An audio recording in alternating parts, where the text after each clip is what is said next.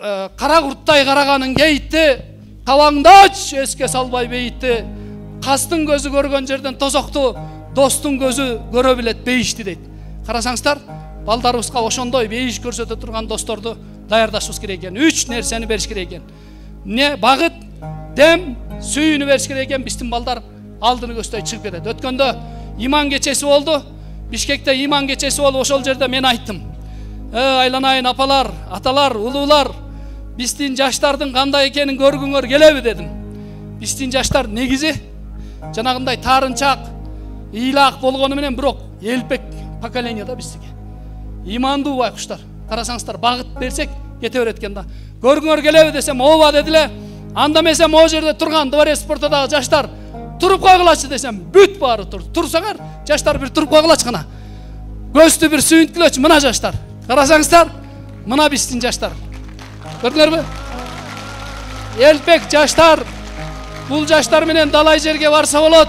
Александр Македонский айтат экен го, бир жерге барып туруп дейт. Эгерде бир чабуулга, өлкөнү басып алууга барганда, Александр Македонский айтат экен, эмне дейт? Ошол айылды барып биринчи каратып көрөт экен. Эгерде жаштарычы сабатсыз, илимсиз, кайдыгер, карасаңыздар, жалкоо болгон болсо аны таштап койгула, өзүнөн өзү жоголот дейт экен да.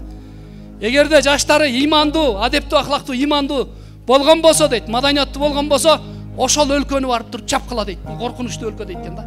Ошон үчүн биздин жаштар Кудайым буйрса, келечекте 1000 повесть окуган 6-класстын кызын көрдүк.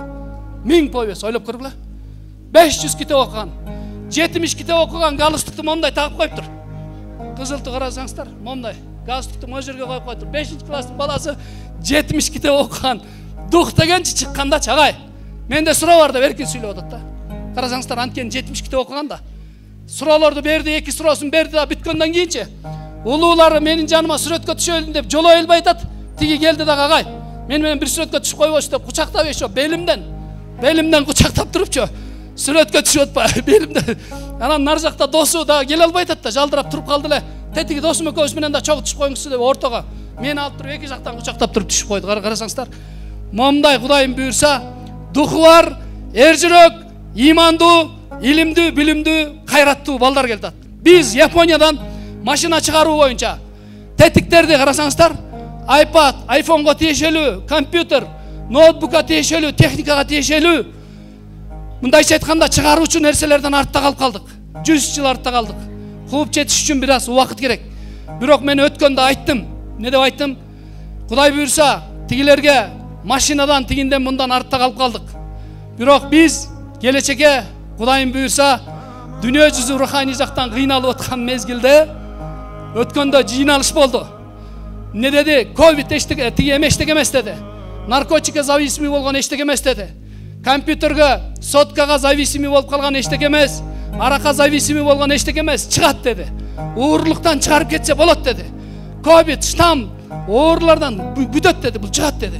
Бирок дүйнөнүн проблемасы депрессия проблемасы деди. Bir өлкөдө 7 миллион киши депрессияда экен. Эң көп колдонгон дары азыр антидепрессант дарылары болуп баштаптыр. Карасаңыздар, эчтеке кылгысы келбейт ушундай.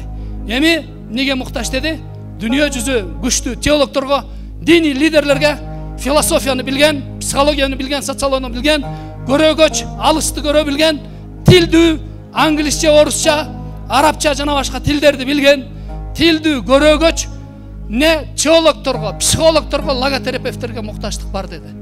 Биз күчтүү теологторго, Эрик мырзаларга окшогон, Гумар мырзаларга окшогон, карасаңыздар, могу жерде жаштар келет.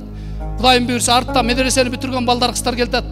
Дүйнө жүзүнө биз эмне кылабыз?